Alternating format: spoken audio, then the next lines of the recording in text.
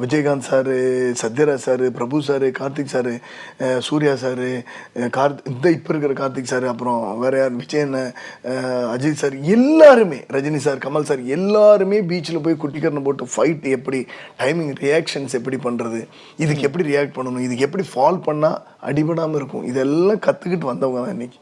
நிறைய body builders வருவாங்க, நான் வந்து சூப்பராக ஃபைட் பண்ணுவேன் அப்படின்னு சொல்லுவாங்க. ஆனால் நம்ம கம்போஸ் பண்ண 5 மினிட்ஸில் பார்த்தீங்கன்னா ஒரே வாந்தி வந்துடும், இல்லை சார் என்னால் முடியலை, தலை சுற்றுதுன்றாங்க. ஏன்னா அது வேற, இது வேற.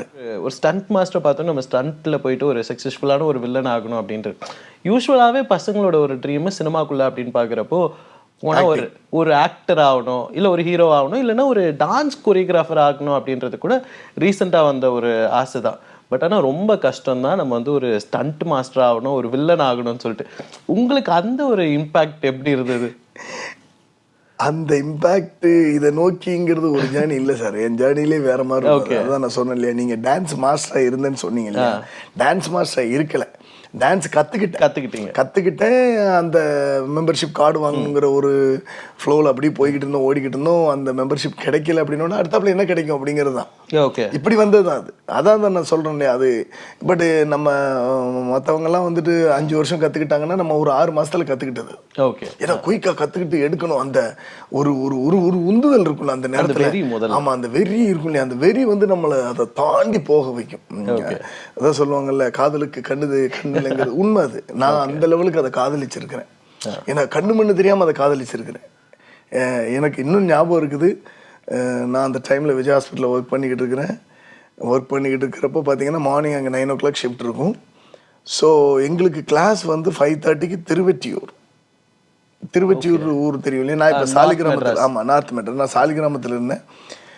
அந்த பிகினிங் பீரியடில் வந்து பெரிய அங்கே போகிறதுக்கு பெரிய பைக்குக்கெலாம் இருக்காது. நான் சாலிகிராமத்திலேருந்து 3:30க்கு எந்திரிச்சு சைக்கிள் எடுத்துகிட்டு இங்கேருந்து 4:15க்கு வந்து சூளமேடு ரயில்வே ஸ்டேஷனில் சைக்கிள் போட்டுட்டு அங்கேருந்து எலக்ட்ரிக் ட்ரெயின் பிடிச்சி பாரிஸில் போய் இறங்கி, ஏன்னா அங்கேருந்து டேரெக்டு இதில் பாரிஸில் இறங்குவேன். பாரிஸில் இறங்கும்போது ஆல்மோஸ்ட் ஒரு 5 o'clock ஆகிருக்கும். அங்கே ஒரு 1Gன்னு ஒரு பஸ்ஸு போகும். அந்த பஸ்ஸு ஏறி அங்கேருந்து திருவெற்றியூரில் போய் இறங்கும்போது கரெக்டாக 5:20 ஆயிரும். ஓகே, 5:20க்கு அட்டன் பண்ணி முடித்தா அவங்க வந்து 6:45க்கு விடுவாங்க. மறுபடியும் 6:45க்கு முடிச்சதுக்கப்புறம் சேம் ட்ராவல். அங்கேருந்து பாரிஸில் வந்து இறங்கி இங்கே வந்து இறங்கி மறுபடியும் சூளமேட்டிலேருந்து சைக்கிள் எடுத்துகிட்டு ஓடி வந்து இங்கே வந்து குளிச்சு ரெடி ஆகிட்டு கரெக்டாக 8:08 ஆயிரும். ஓகே, 8:15 9 o'clock ஷிஃப்ட்டுக்கு இருக்கணும். ஸோ இந்த 9 o'clock ஷிஃப்ட்டுக்கு வந்துடணும் நம்ம. ஸோ அதுக்கப்புறம் பார்த்தீங்கன்னா ஈவினிங் மறுபடியும் டியூட்டி 5 o'clock முடிஞ்சிடும், 5:30க்கு முடிஞ்சிடும். 5:30க்கு முடிஞ்சதுக்கப்புறம் மறுபடியும் போய் ப்ராக்டிஸ் பண்ணிவிட்டு ஒரு 8 o'clock 8:30க்கெலாம் தூங்கிடும். ஏன்னா மார்னிங் 3:30. ஸோ இதுதான் வந்து ஒரு வருட காலமாக எனக்கு அப்படியே கண்டினியூவாக இருந்துச்சு. உடம்புல அவ்வளோதான் இருந்துச்சு, நீங்கள் வேறு எதுவுமே பார்க்க முடியாது. காலையில் எழுந்திரிச்சு ப்ராக்டிஸ் பண்ணணும். அது இப்போவும் எனக்கு தோணலை இது எதுக்கு நான் அப்படி பண்ணினேன் அப்படின்னு எனக்கு தெரியாது. ஆனால் அந்த இடத்த நேசித்தோம். ஆமாம், அது ஆகணும், ஃபைட்டர் ஆகணும் அப்படிங்கிற ஒரு இப்போ இதுக்கு தானே அப்படிங்கிறது கிடையாது. பட் அது எவ்வளோ இப்போ வர பசங்களுக்கும் அதை தான் நம்ம சொல்லுவோம், உங்களுடைய வேலையை நேச்சு ஓடுங்க. அது உண்மையிலே காதலுக்கு கண்ணுன்னு இதைத்தான் சொல்லியிருக்காங்க. எனக்கு தெரிஞ்சு அந்த பக்கம் இல்லை, அந்த காதலை சொல்ல அவங்க யாருமே இல்லை நிறைய பேர் சொன்னது இதுதான், காதலுக்கு கண்ணே கிடையாது. ஏன்னா ஒரு அப்படி ஒரு ரன் நான் பார்த்தது இல்லை. எனக்கு ஏன் அங்கே போய் கற்றுக்கிட்டேன்னு நீங்கள் கேட்கலாம். ஏன்னா அங்கே தான் அந்த குங்ஃபு கலைன்னு ஒன்று இருந்துச்சு. அங்கே தான் அதுக்கு மெயின் பிரான்ச் இருந்துச்சு கற்றுக்கணும் அப்படிங்கிறதுக்கு.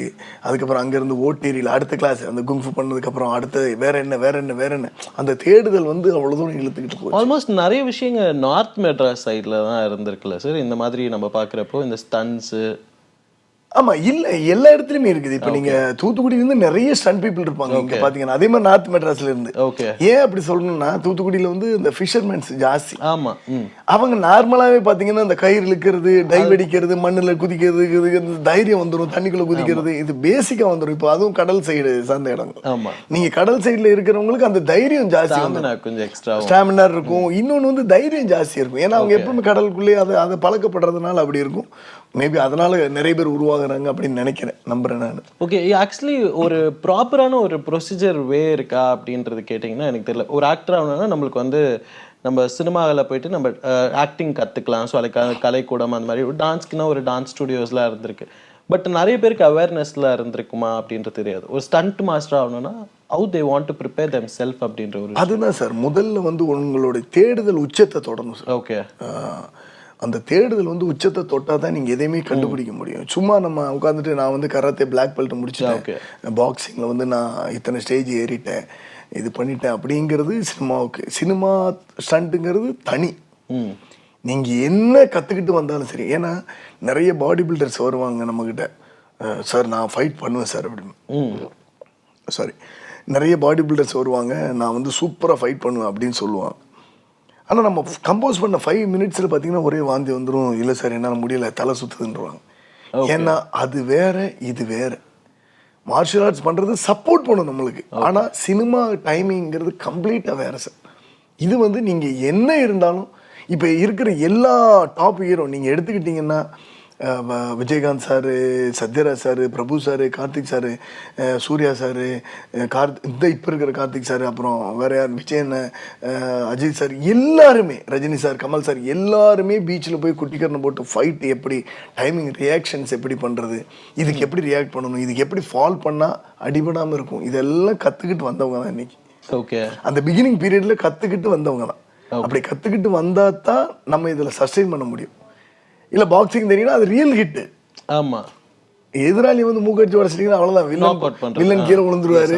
இல்லை வில்லன் வந்து எனக்கு பாக்ஸிங் தெரியும் நடிச்சானே ஹீரோ கீழே விழுந்துருவாரு, அப்புறம் ஷூட்டிங் நீங்கள் இழுத்துட்டு போக வேண்டியதான், ஒரு படத்தை எடுக்கிறது நடக்கும். ஸோ இது வந்து தனி ஆர்ட். இந்த ஆர்ட் வந்து தனி ஆர்ட்.